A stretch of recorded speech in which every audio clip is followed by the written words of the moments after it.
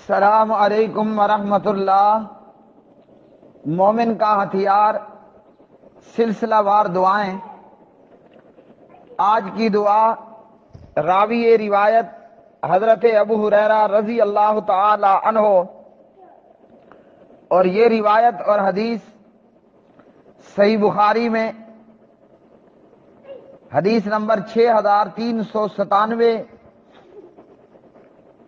حضرت ابو ہریرہ رضی اللہ تعالی عنہ فرماتے ہیں،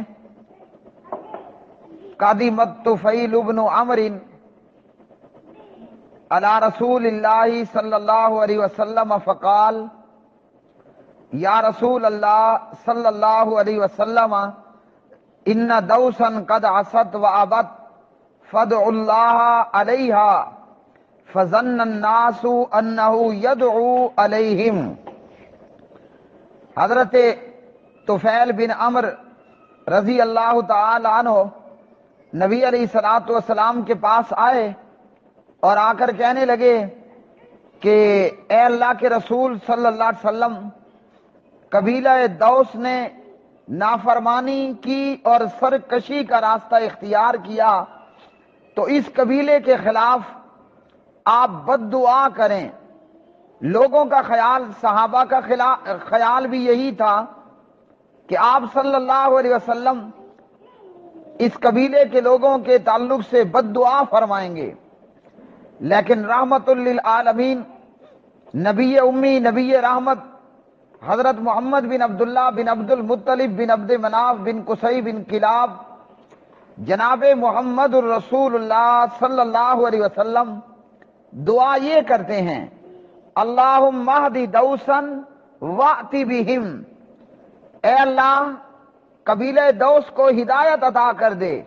اور انہیں یہاں لے آ، یعنی میرے پاس مدینہ طیبہ لے آ۔ تو صحابی نے کہا کہ آپ بد دعا کریں، اور نبی رحمت نے دعا کر دی۔ اگر پیارے نبی ان پر دعا کر دیتے، یعنی ان کے لیے بد دعا کر دیتے، تو اس قبیلے کا ککھ باقی نہ رہتا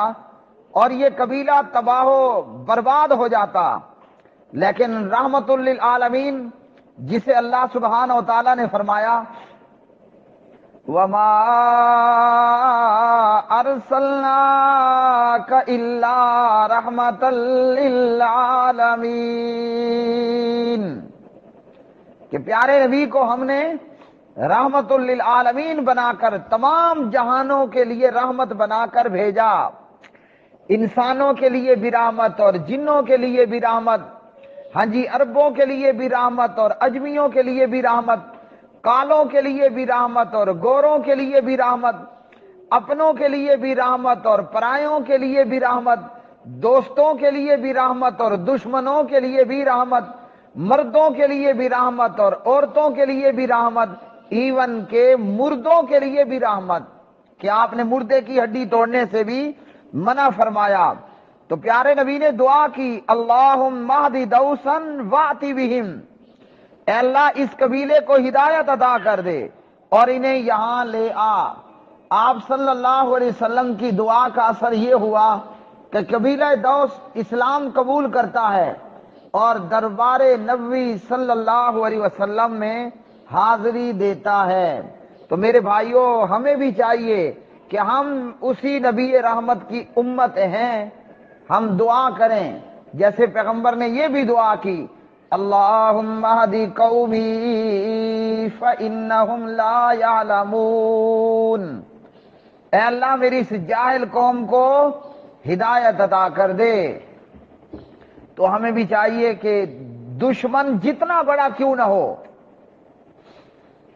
کوشش یہی ہونی چاہیے کہ ہم اپنے دشمن پر دعا نہ کریں، یعنی بد دعا نہ دیں، بلکہ دشمن کے لیے دعا کریں، اس کی ہدایت اور اس کی اصلاح کی اللہ سبحانہ و تعالیٰ سے دعا کریں اور سوال کریں۔ وآخر دعوانا الحمدللہ رب العالمین۔